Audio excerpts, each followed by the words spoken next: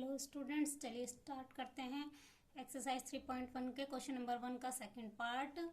5 pencil and 7 pens together cost ₹50, whereas 7 pencil and 5 pen together cost ₹46.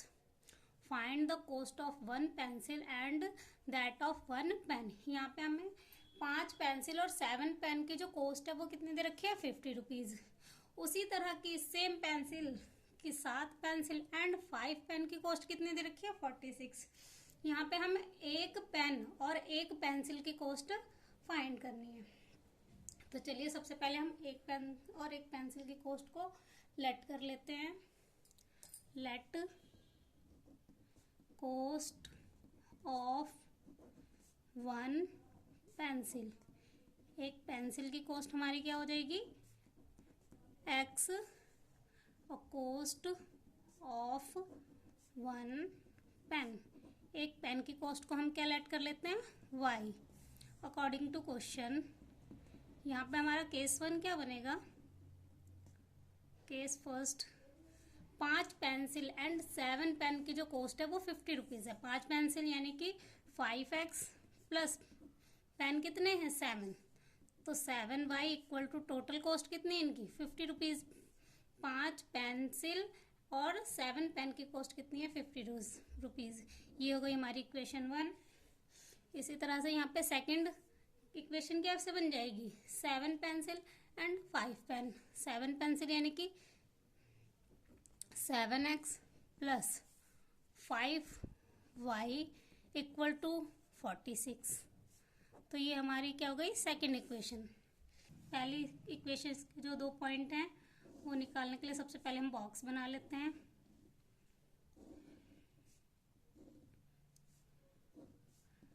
x y, अब यहाँ पे हमारी equation है 5x plus 7y equal to 50। अब यहाँ पे हमें y के साथ ऐसी वैल्यू लेनी है जिसको हम इधर लाके अगर माइनस करें तो ऐसी वैल्यू आए जो 5 से डिवाइड हो जाए। तो अब यहाँ पे थोड़ा सा ध्यान से वैल्यू लेनी है, थोड़ा सा दिमाग लगाना है। अगर यहाँ पे हम कोई भी नंबर ले लेंगे तो वैल्यू डेसिमल में आ जाएगी, फिर डेसिमल में ग्राफ करने में थोड़ी प्रॉब्लम होगी। तो हम यहाँ पे ऐसी वैल्यू ले लेते हैं जिससे कि वैल्यू डेसिमल में ना आए। तो अगर मैं यहाँ पे 7 के साथ 5 ले लूँ तो 7 5 जा 35, 35 को अगर हम इससे माइनस करेंगे तो जो वैल्यू आएगी वो हमारी 5 से डिवाइड हो जाएगी। तो अगर हम पहली वैल्यू क्या ले लेते हैं, यहाँ पे हमने y की जगह क्या पुट किया है, पहले 5 और फिर 0। तो 5x plus 7 into 5 equal to 50। 5x as it is रहेगा, 7 5 जा 35 इक्वल टू 50। अब ये 35 इधर जाके माइनस का 35, 5x 50 में से 35 माइनस करेंगे तो क्या बचेगा, 15। x equal to 15 divide by 5, 5 3 जा 15। तो पहली वैल्यू क्या आ गई हमारी, 3। अब हम क्या पुट करेंगे, 0।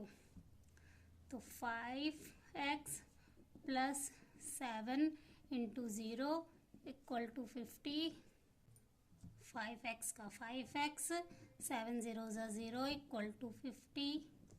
तो x equal to 50 divide by 5, 5 10 जा 50। तो एक दूसरी वैल्यू क्या आ गई हमारी, 10। तो पहली वैल्यू हमारी क्या आई थी, 3, दूसरी वैल्यू क्या आ गई, 10। इक्वेशन हमारी क्या है, 7x plus 5y equal to 46।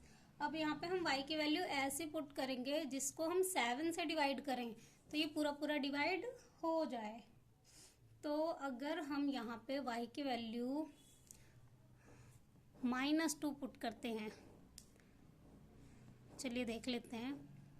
पहला x y, अगर हम y की वैल्यू यहाँ पे -2 पुट करते हैं तो 5 2 जा 10, 10 इधर जाके माइनस का इधर जाके प्लस का 10 हो जाएगा। तो कितना बन जाएगा, 46 और 10 56। 56 जो है वो 7 से डिवाइड हो जाता है। तो यहाँ पे हम y की वैल्यू क्या पुट कर लेते हैं, -2, और दूसरी वैल्यू हम पुट कर लेते हैं 5।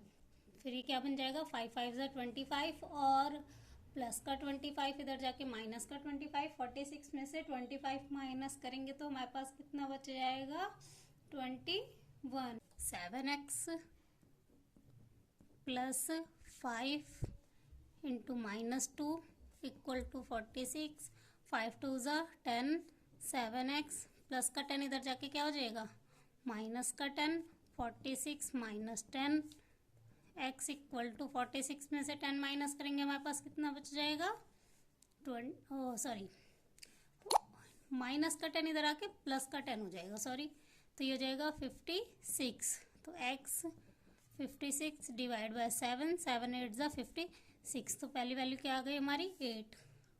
अब हम क्या पुट कर लेते हैं 5, 7x plus 5 into 5 equal to 46, 5 5 ज़ा 25, 7x plus 25 equal to 46, 7x equal to 46 minus 25, x equal to ये माइनस करके हमारे पास बचेगा 21, मल्टीप्लाई का यहाँ डिवाइड में आ जाएगा तो क्या बन जाएगा 7 3 ज़ा 21, दूसरी वैल्यू क्या आ गई 3।